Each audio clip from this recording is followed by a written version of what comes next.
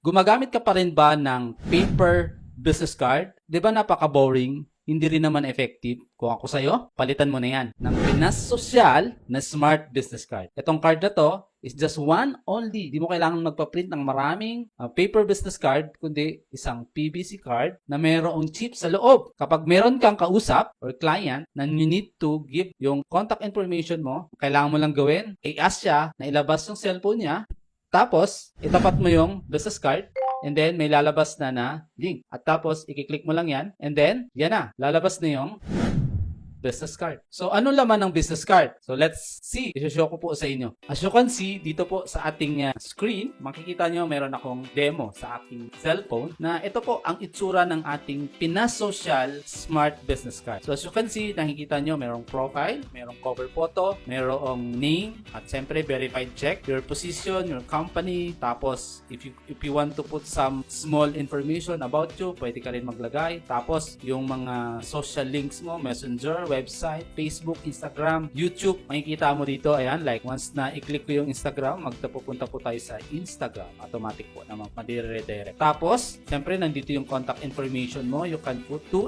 email and number for the alternative. Tapos, pwede ka maglagay ng services na offer mo. Tapos, once they click these services, like this, clinic ko tong Messenger Bot Automation na services, mariredirect siya doon sa website ng bot services ko. Meron tayong products. Kung meron kang ino-offer na products, ang kailangan niya lang gawin, just click the view more products, okay, and then yan, pwede na siyang mag-buy now, pwede siyang maglagay ng information niya, tapos pipili siya ng mode of payment niya, pwede ka maglagay ng PayPal mode of payment mo, yung manual payment. So sa manual payment, ayan, lalagay mo yung mga information na pwede sa'yo, and then they click the save para makapag-order siya.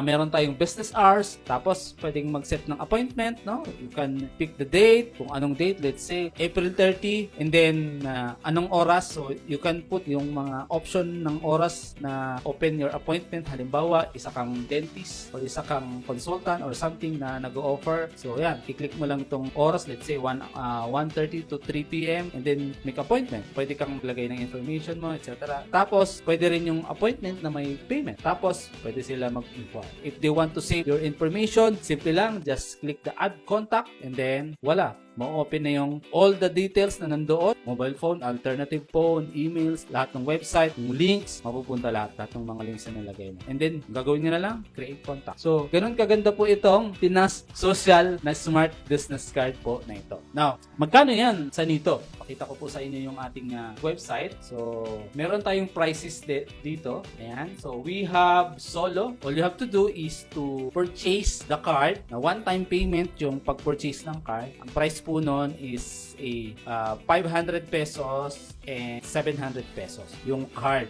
mismo. Ngayon, itong mga solo na to, ito ay for monthly subscription, no? Kasi meron to mga features na available. Meron tayong solo advance, na features. Meron tayong for the team na merong 20 virtual card na pwede niyang gawin. Tapos, meron din tayong team advance na mas maraming features. At meron din tayong lifetime standard. So, itong lifetime standard na worth 500, once they purchase yung card natin, lifetime niya nang gagamitin, pero yung standard lang na features yung magagamit.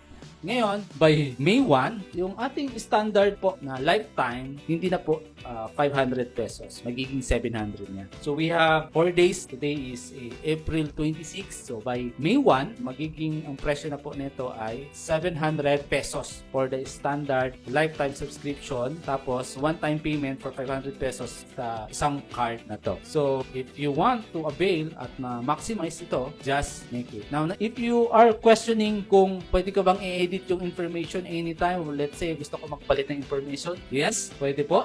Ayan. So, ito po yung back end. So, magkakaroon ka ng account. You can change your name, your occupation, your profile pic, your cover photo, your short description, your name. You can change your mobile number. Diba? Lahat po yun pwede mong change. Pwede ka magpalit ng templates. No? Marami po tayong mga templates dito ng virtual card po natin. Yung ating business hours, you can change it. You can, let's say, nagpalit kayo ng oras ng pasok nyo. Pwede nyo pong palitan yung services nyo. Pwede nyo dagdagan. no? Pwede nyong bawasan, pwede kayo maglagay ng Instagram feed, pwede kayo mag-add ng products, pwede kayo maglagay ng banner, pwede kayo maglagay ng testimonial sa inyong V-card, diba? iframe, gusto nyo maglagay ng YouTube video na pwede nilang i-play, pwede ka mag-add ng appointments, pwede mong i-edit yung fonts, pwede ka maglagay ng galleries, at marami pang iba. So, all you have to do is click the link na makikita po dito sa video na to, or just message us para sa mas iba pang information. So yun lang, I hope magkita-kita po tayo sa next video po natin.